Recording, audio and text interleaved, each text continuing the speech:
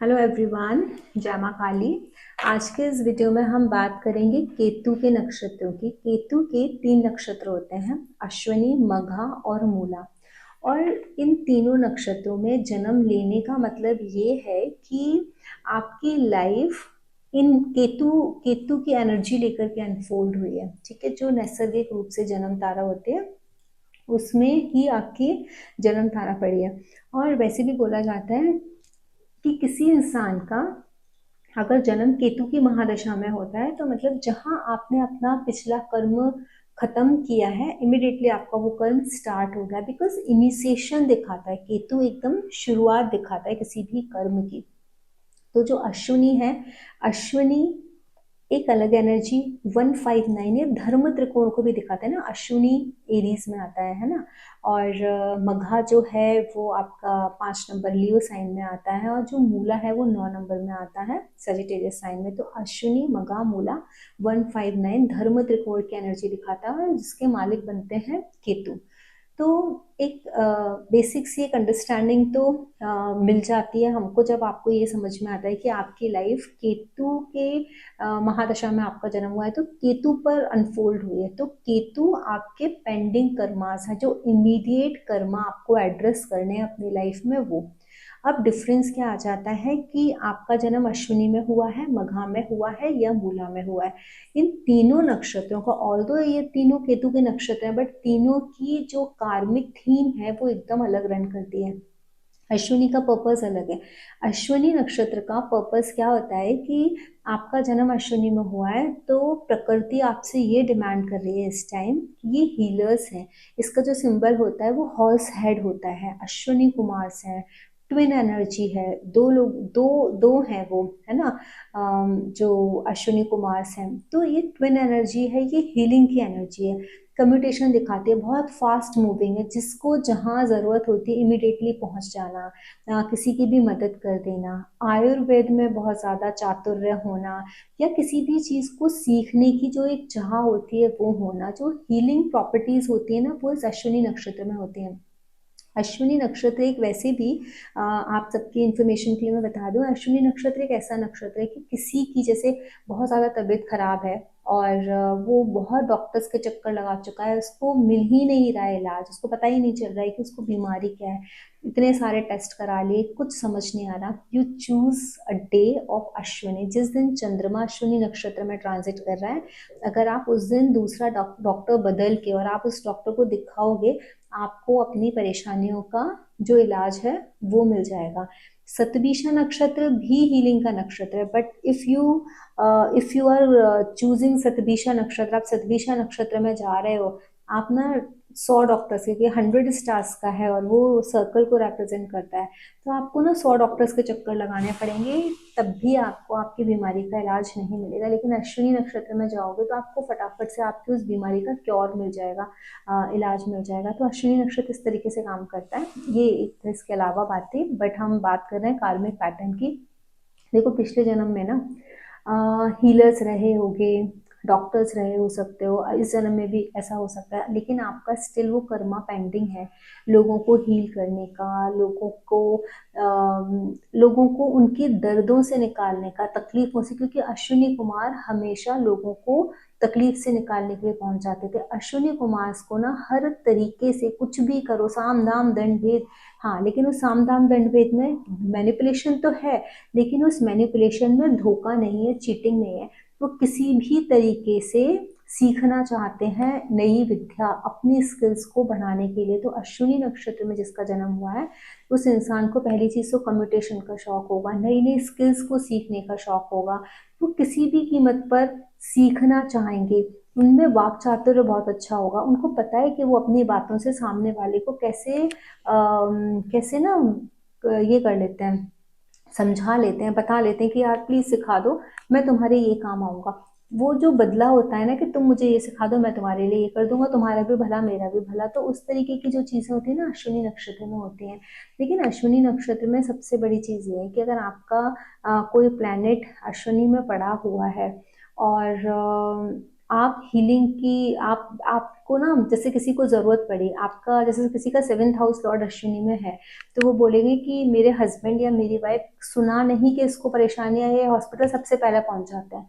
तो ये अश्विनी नक्षत्र है। लेकिन अगर आप उसके विपरीत काम कर रहे हो कि आपका अश्विनी नक्षत्र है, चंद्रमा अश्विनी नक्षत्र में, आप दूसरों की तकलीफ सुन रहे हो, परेशानी सुन रहे हो, फिर भी अगर आप नहीं जा रहे हो, it means your Ashwini nakshatra is not working in the right direction. You have to channelise the energy, क्योंकि आपका जन्म दूसरों को हील करने के लिए ही हुआ है। आयुर्वेद में सबसे ज्यादा आपको कोई इलाज नहीं लग रहा ना, अश्विनी नक्षत्र वालों को आयुर्वेदिक मेडिसिन बहुत अच्छे से लगेंगी। आयुर्वेद की जो नॉलेज होती है वो भी इन लोगों को बहुत अच्छे से होगी। तो ये अश्विनी है, अश्विनी का कर्मा है हील करना और हील होना, न्यू स्किल्स सीखना और उसको सीख करके उससे सबका भला और कल्याण करना। जो यूथफुलनेस है, जो जो जवानी है ना, वो अश्विनी कुमार के पास है, वो यंगनेस है वो अश्विनी कुमार के पास है। तो आप लोगों में जो अश्विनी नक्षत्र वाले होते हैं उनके अंदर वो पावर होती है कि किसी भी चीज़ को ना, रिज्यूमिनेशन की पावर होती है, किसी भी चीज़ को रीजनरेट कर देते हैं, दोबारा से नयापन दे देते हैं, दोबारा से उसको लाइफ दे देते हैं। ये पावर है अश्विनी नक्षत्र की। अब इसके बाद जो उनका दूसरा नक्षत्र आता है केतु का, दैट इज मघा। मघा नक्षत्र पड़ता है सिंह राशि में। मघा नक्षत्र का जो सिंहासन है ना, जो उसका सिंबल है, वो खुद ये बताता है कि एक रॉयल लीनेज को वो डिपिक्ट कर रहा है, कि एक रॉयल लीनेज कनेक्ट हो रही है इस इंसान से। साथ में ये पितृज हैं, इसके जो देवता हैं, जैसे उसके अश्विनी कुमार है, इसके पितृज हैं। मतलब आपके खुद के ही पितृ, आपके खुद के ही एंसेस्टर्स। तो आप जब अपने पितरों को पूजते हो, जब आप अपने यहाँ जो ट्रेडिशंस चल रहे हैं आप उनको फॉलो करते हो, जो आपकी फैमिली ट्रेडिशंस हैं, आपके जो कुल देवता हैं उनकी पूजा पाठ करना, या फिर जो जैसे किसी के यहाँ बच्चा हुआ तो क्या एक रिचुअल फॉलो होता था, शादी हुई तो क्या रिचुअल फॉलो होता था, वो सब फॉलो करने के लिए ये आपको नक्षत्र मिला है। वो नक्षत्र बोलता है कि अगर मघा में आपके देखो प्लैनेट्स हैं, और चाहे आपका 10th हाउस लॉर्ड है, आपका 7th हाउस लॉर्ड है, 2nd हाउस लॉर्ड है, 11th 5th जो भी 9th जो भी इंपॉर्टेंट हाउसेस हैं उनके लॉर्ड है, किसी के कोई भी हाउस का लॉर्ड है, जब तक आप अपने पितरों को पूजोगे नहीं, जब तक आप अपने पितरों को खुश नहीं करोगे, अपनी लीनेज का जो कस्टम है, जो ट्रेडिशन है उसको फॉलो नहीं करोगे, आपको सक्सेस लाइफ में नहीं मिलेगी।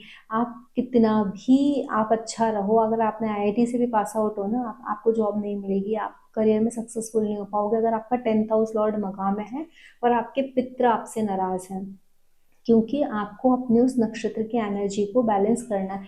पितरों ने चुना ही आपको है, आपकी आत्मा को है, कि जो हमारा एक ट्रेडिशन है, जो हमारा एक सिस्टम है, जो लीडरशिप जो वो फॉलो कर रहे थे, now you are a leader. आप छोटे हो घर में, बड़े हो, डजेंट मैटर, लेकिन मघा आपका है तो you have to lead those tradition. तो ये मघा की एनर्जी है, इसीलिए आपका जन्म हुआ। ये कर्मा है, आपका पेंडिंग कर्मा है अपने कुटुंब की तरफ, अपने अपने उस लीनेज की तरफ, जिसको आपको कंप्लीट करना है और कमिंग जनरेशन में पास ऑन भी करना है, वो भी आपका कर्मा बनता है। अब इसके बाद आ जाओ आप मूल नक्षत्र। मूल नक्षत्र इज वेरी कहते हैं ना फ्यूरियस नक्षत्र, बहुत बहुत इंटेंस नक्षत्र है, तीव्र है, इसमें तीव्रता बहुत ज्यादा है, इंटेंसिटी बहुत ज्यादा है। चीजें मूल नक्षत्र ना, जड़, मूल मीन्स जड़ें, किसी भी चीज की, किसी को जड़ से उखाड़ देना, अपरूट कर देना एकदम, वो पावर रखता है ये नक्षत्र। क्योंकि वैसे भी केतु के और मरकरी के जो भी नक्षत्र होते हैं ना, these are the spiritual knots.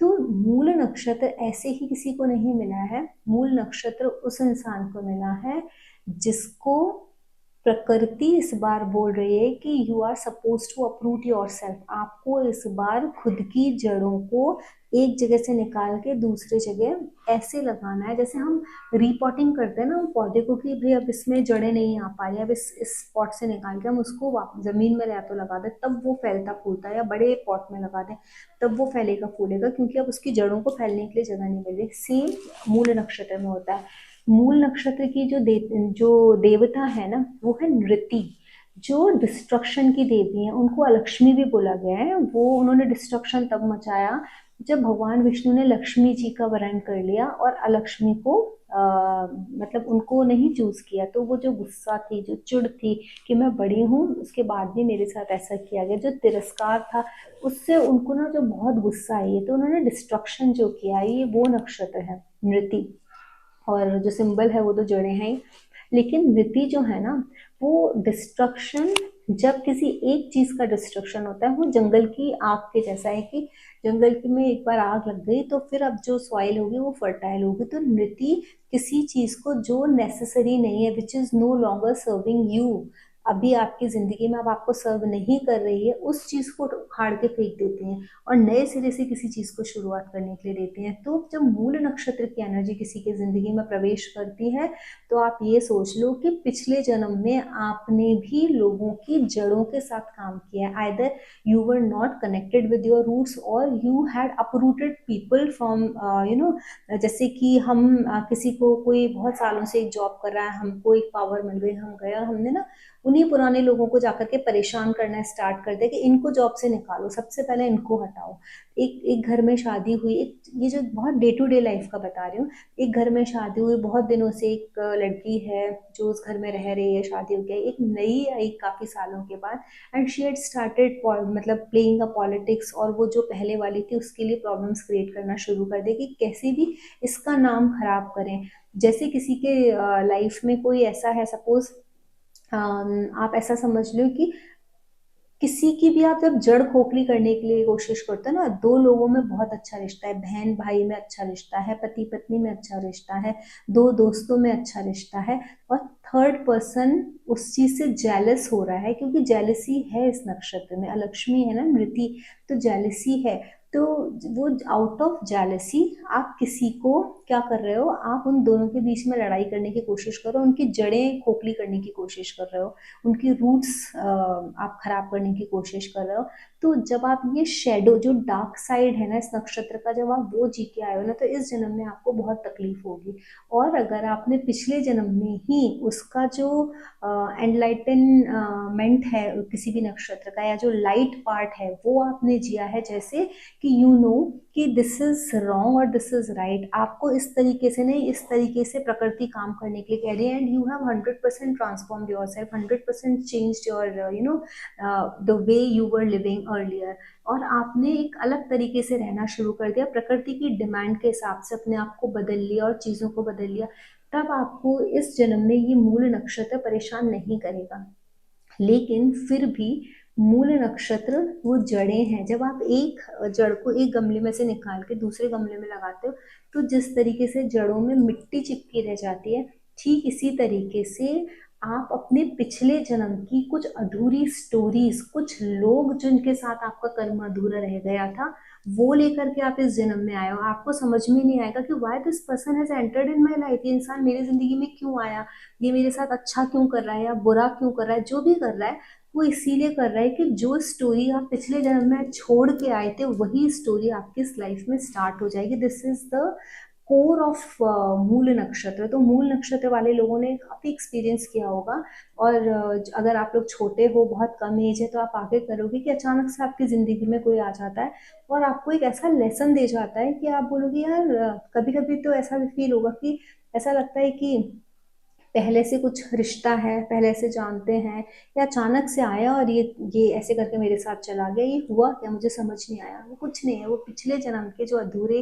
Concept थे, अधूरे रिश्ते थे, अधूरी स्टोरीज थी, वो एज इट इज इसी जन्म में शुरू हुई और अचानक से शुरू हुई, जो आप जान नहीं पाओगे उसकी हिस्ट्री, या फिर mystery, not history but mystery, तो वो जान नहीं पाओगे। तो हिस्ट्री भी नहीं जान सकते, मिस्ट्री भी नहीं जान सकते पिछले जन्म की हम लोग। तो इस तरीके से ये नक्षत्र काम करते हैं। तो ये था केतु के नक्षत्रों के ऊपर कि अगर कोई भी नक्षत्र केतु का आपकी कुंडली में, मतलब आपका कोई भी प्लैनेट केतु के नक्षत्र में है, तो किस तरीके से वो आपके आपके कुंडली पे प्रभाव डाल रहा है, आपके जीवन में प्रभाव डाल रहा है, आपसे जो डिमांड कर रहा है, वो ये सारी चीजें थी। अगर आपको वीडियो अच्छा लगा हो तो प्लीज वीडियो को लाइक शेयर जरूर करें, चैनल को सब्सक्राइब भी करें, जिससे आगे आने वाले वीडियोस का नोटिफिकेशन आपको मिलता रहे। जय माता काली।